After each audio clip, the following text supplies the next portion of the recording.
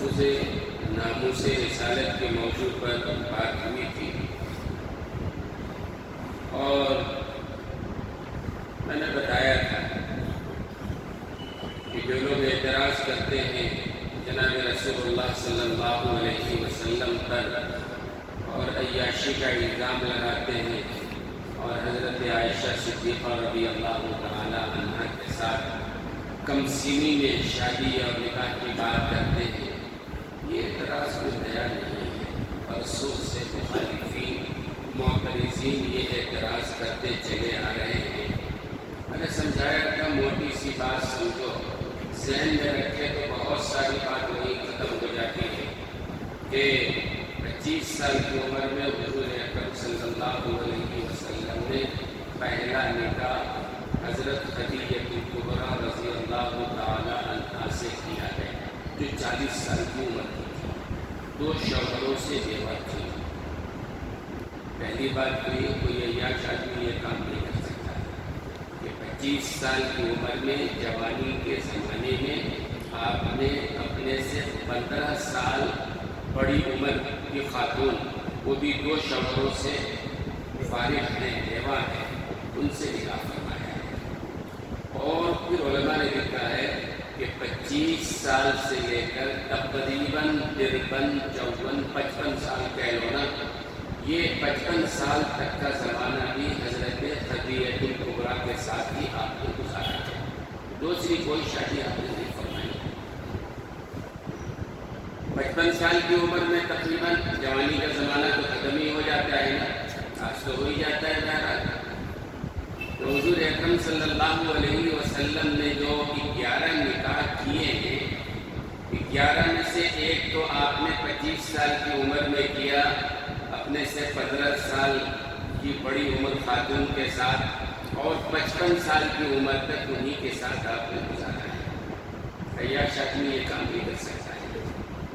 اور وہ جو اخیر عمر میں 8 سال 55 سے لے کے 63 سال عمر مبارک ہے، ان 8 سالوں میں جو آپ نے نکاح کیے ہیں، ان تمام نکاح کے پیچھے کچھ نہ کچھ بڑی اہم بات تھی، کہیں اللہ کا حکم تھا، کہیں کوئی اور مصلحت تھی، اس کی بنیاد پر آپ نے یہ نکاح کیا ہے۔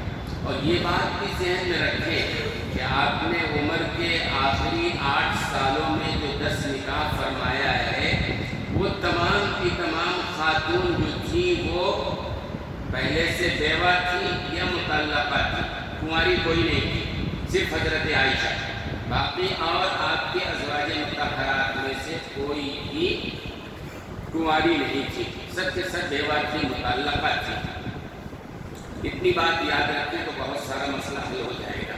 25 سال کی عمر جوانی کے زمانے میں 40 سال کی عورت سے کیا، اور پھر 25 سے لے کے 55 سال کی عمر تک انہی کے ساتھ گزارا کیا۔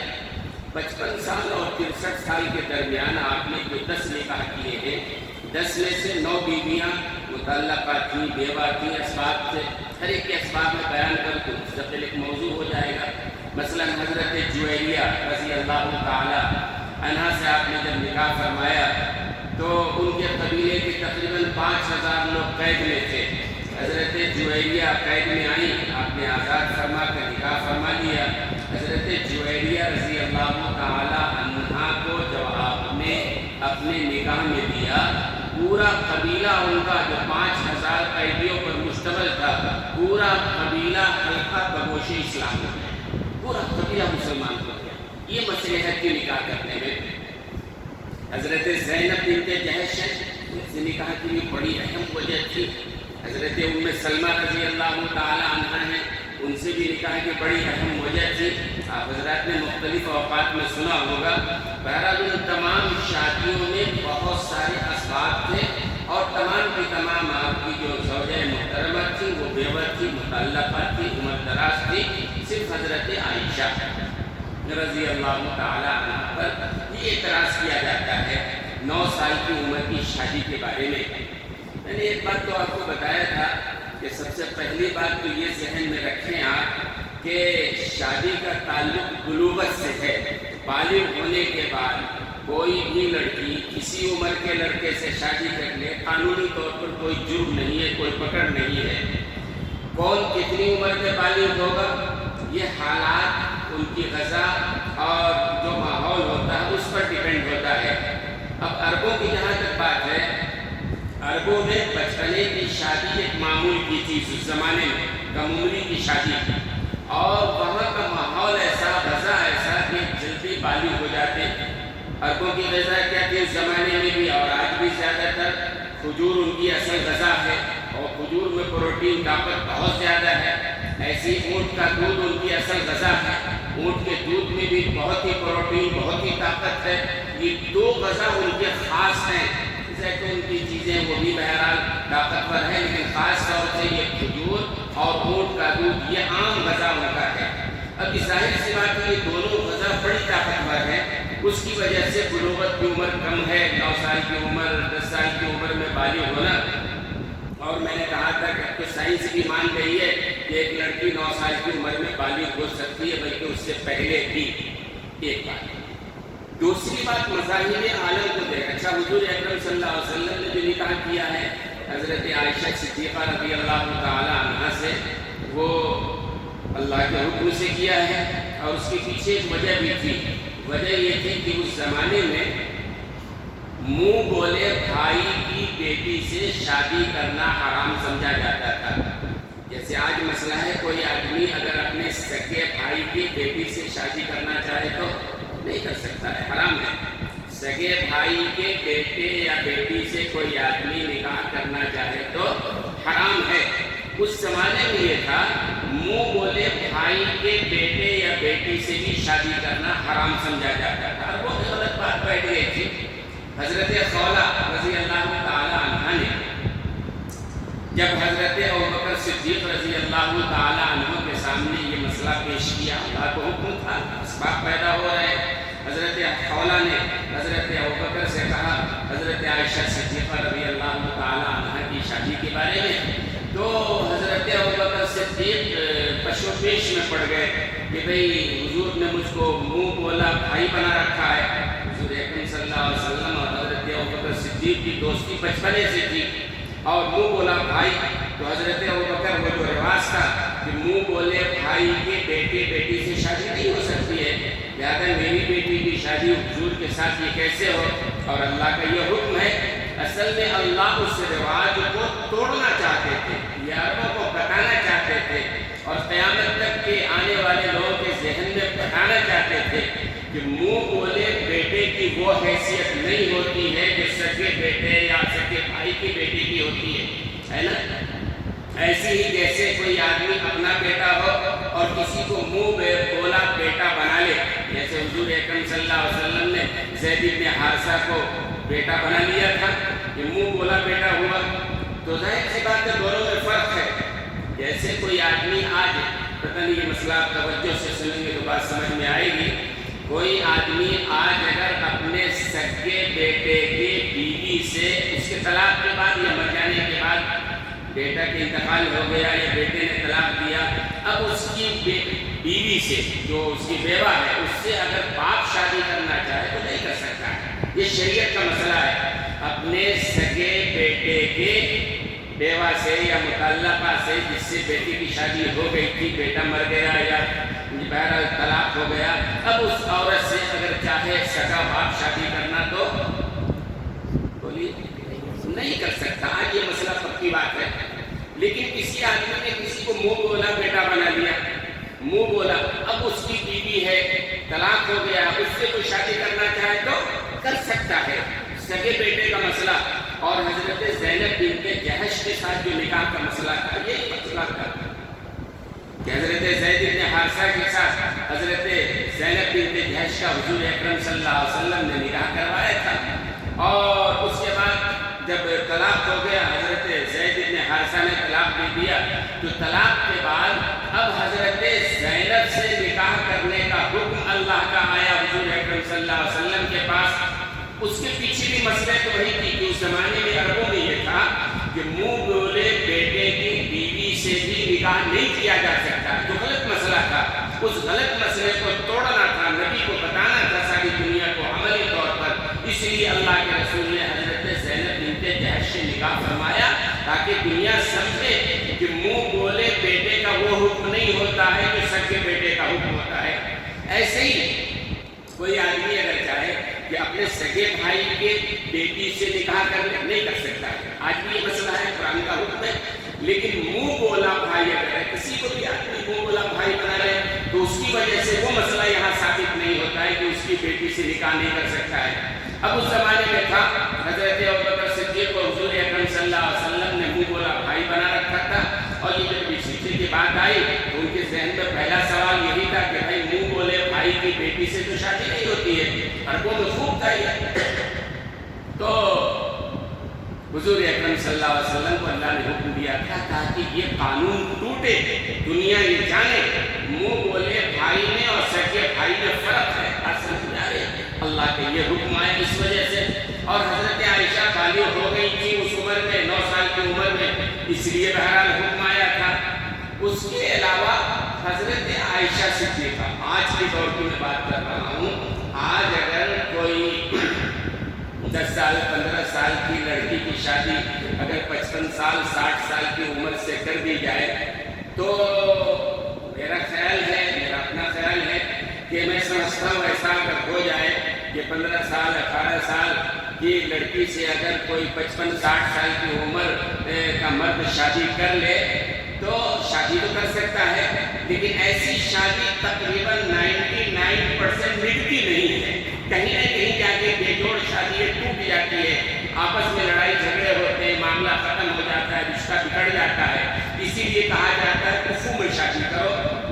لیکن یہاں حضرت عائشہ صدیقہ رضی اللہ تعالی عنہا کا جو نکاح ہوا ہے، پوری زندگی حضرت عائشہ صدیقہ نے جناب رسول اللہ صلی اللہ علیہ وسلم کے ساتھ گزارا ہے، کبھی بھی ایک بار بھی حضرت عائشہ نے کسی تکبر کا اظہار کیا ہو یا پریشانی کا اظہار کیا ہو یا اپنے دکھ کا اظہار کیا ہو، بالکل کہیں حدیث کی روایتوں میں کہیں کچھ نہیں ملتا ہے۔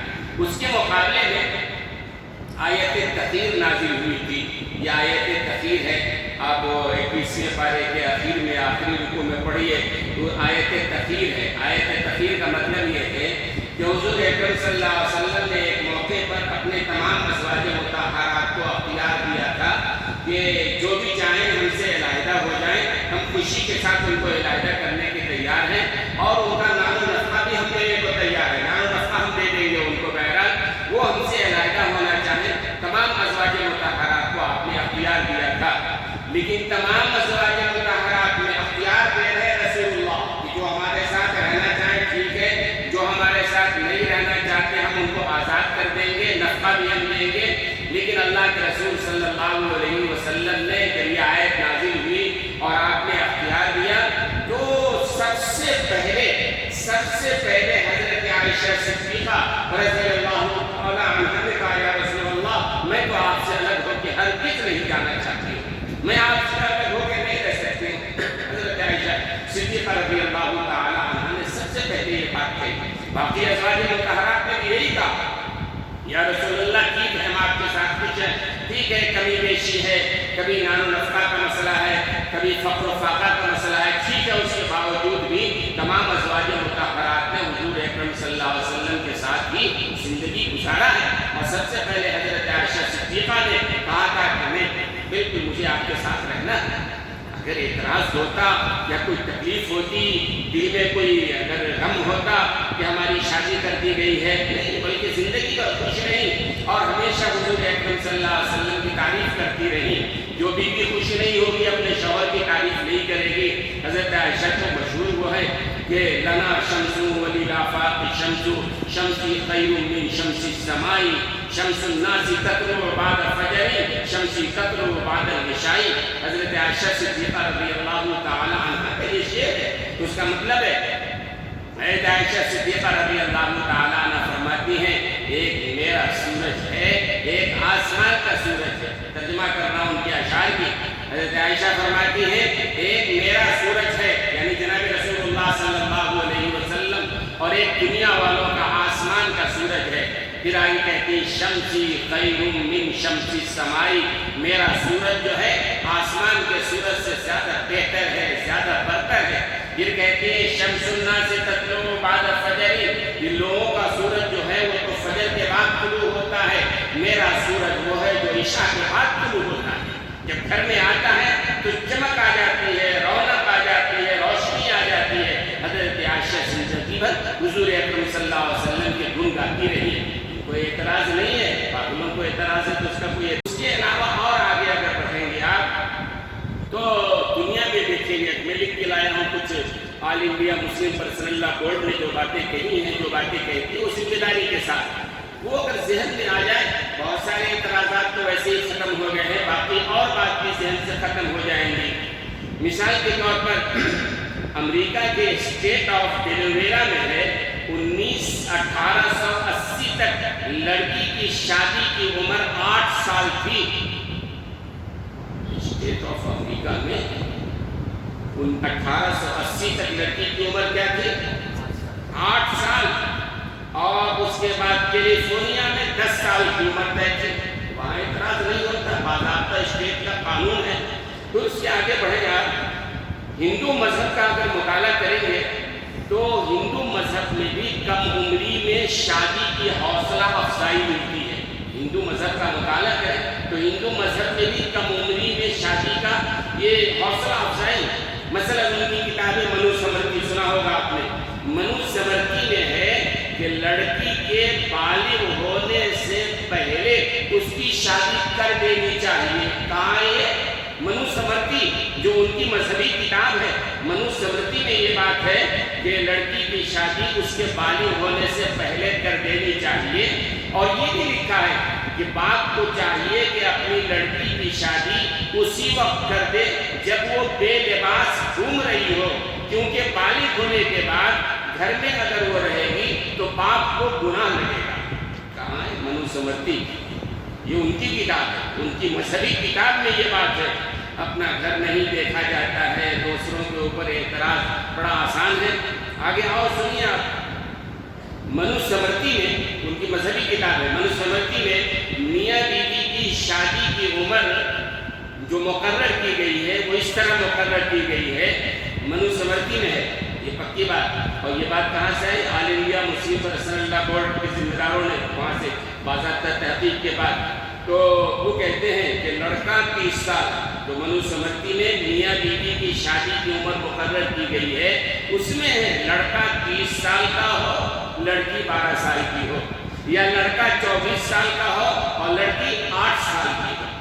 یہ اس کی ان کے مذہبی کتاب میں یہ بات ہے کہ لڑکا اگر 24 سال کا ہے تو لڑکی 8 سال کی ہونی چاہیے، لڑکا اگر 30 سال کا ہے تو لڑکی 12 سال کی ہونی چاہیے۔ ان کی مذہبی کتاب میں ہے جو اپنے اعتراض کرتے ہیں حضرت عائشہ صدیقہ رضی اللہ تعالی عنہا پر، جناب محمد رسول اللہ صلی اللہ علیہ وسلم پر۔ آگے دیکھیں آپ، مہا بھارت میں شادی سے متعلق جو ہدایت کی گئی ہے، مہا بھارت میں بھی ہے، اس میں لکھا ہے کہ لڑکی کی شادی کی عمر 10 سال اور 7 سال ہے۔ کہاں ہے؟ مہا بھارت میں ہے یہ بات۔ منو سمرتی کا حوالہ میں نے دیا آپ کو، مہا بھارت کی بات آپ کو بتائی میں نے۔ اور آج کل یہ برادران وطن رام جی کو سب سے زیادہ آئیڈیل شخصیت مانتے ہیں۔ ٹھیک ہے، الحمدللہ ہم بھی احترام کرتے ہیں، کیونکہ قرآن کریم نے ہم کو یہ تعلیم دی ہے کہ ہم کسی بھی مذہبی شخصیت کو گالی نہ دیں۔ حضرت عیسیٰ کو بھی ہم گالی نہیں دیتے، حضرت موسیٰ علیہ السلام کو بھی گالی نہیں دیتے، کسی نبی کو بھی گالی نہیں دیتے، رام جی کو بھی ہم برا بھلا نہیں کہتے۔ کیوں؟ کیونکہ ہمارے قرآن نے یہ تعلیم دی ہے کہ ہم دوسروں کے مذہبی شخصیت کو گالی نہ دیں، یہ قرآن کا حکم ہے۔ اور کوئی آدمی اگر حضرت عیسیٰ کو گالی دے گا یا حضرت موسیٰ کو، اسلام اس بات کو سختی کے ساتھ رد کرتا ہے کہ اس کی اجازت نہیں ہے۔ لیکن جو بات ان کے یہاں وہ سنا رہا ہوں میں کہ رام جی آئیڈیل شخصیت مانتے ہیں، تو رامائن میں یہ لکھا ہوا ہے کہ رام اور سیتا جی کی جب شادی ہوئی تھی تو رام اور سیتا کے شادی کے وقت سیتا جی کی عمر 6 سال کی تھی۔ کتنی عمر تھی؟ 6 سال کی تھی۔ آپ کو یہاں اعتراض نظر نہیں آتا ہے؟ یہ بات رامائن میں ہے، ان کی مذہبی کتاب رامائن میں ہے۔ رام اور سیتا کی جب شادی ہوئی ہے اس وقت سیتا جی کی عمر 6 سال کی تھی۔ مہا بھارت کے بارے میں بتایا، اس میں 10 اور 7 سال کی عمر طے کی گئی ہے۔ منو سمرتی کے بارے میں نے بتایا، مذہبی کتاب ہے ان کے۔ اور عیسائیوں کے ہاں جو ہے حضرت عیسیٰ کے بارے میں بتایا آپ کو کہ جوزف 99 سال کے ہیں اور حضرت مریم 12 سال کی ہیں۔ یہ مذاہبی حالت اس طرح بات تو میں سمجھتا ہوں بہت حد تک سمجھو بات آ گئی ہوگی کہ حضرت عائشہ صدیقہ رضی اللہ تعالی عنہا سے جو حضور نے نکاح فرمایا ہے یہ عیاشی نہیں تھی۔ عیاش آدمی یہ نہیں کرتا ہے کہ 40 سال کی عمر کی عورت سے شادی کرے اور 55 سال تک اسی کے ساتھ گزارے، اور اخیر میں جو 8-9 شادیاں ہوئی اس کے اسباب الگ الگ ہیں۔ اور حضرت عائشہ سے نکاح کرانے میں ایک وجہ وہ بھی تھی جو میں نے بتایا تھا، کیونکہ مدنی زندگی میں کثرت سے شریعت کے احکام نازل ہو رہے تھے، اور دو حصے ہیں شریعت کے، ایک گھر سے باہر، ایک گھر کا اندر۔ گھر کے اندر کی بات بیوی ہی بتا سکتی ہے، کوئی اور اندر جا کے نہیں بتا سکتا ہے۔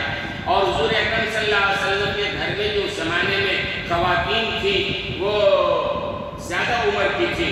حضرت عائشہ کو اللہ نے اسی لیے بھیجا تھا، کم عمر تھی، ذہین تھی، اور آپ بھی جانتے ہیں کم عمر میں جو ذہانت ہوتی ہے، سیکھنے کی جو عادت ہوتی ہے، یہ بڑی عمر میں نہیں ہوتی ہے۔ یہ آپ اچھی طرح اپنے گھروں میں بچوں سے سمجھ سکتے ہیں، موبائل کے فنکشن، موبائل کا استعمال ان کو جتنا معلوم ہے ہم کو نہیں معلوم ہے۔ ہم اگر سیکھ بھی لیں 2-4 بار بھول جاتے ہیں، بات ذہن سے نکل جاتی ہے، لیکن بچے ایک بار سیکھ لیتے ہیں، مطلب وہ سیکھنے کی عمر ہوتی ہے، ان کی ذہن پہ بات بیٹھتی ہے۔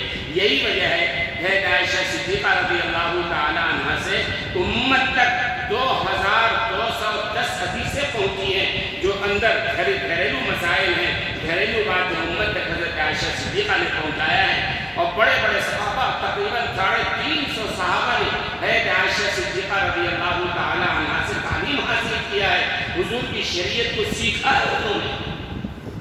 اور حضور اکرم صلی اللہ علیہ وسلم کے بعد تقریباً 46 سال تک، بعض حضرات 50 سال بھی کہتے ہیں، حضور اکرم صلی اللہ علیہ وسلم کے بعد تقریباً آدھی صدی تک حضرت عائشہ نے حضور کے علم کو امت تک پہنچایا، یہ مقصد حاصل ہے۔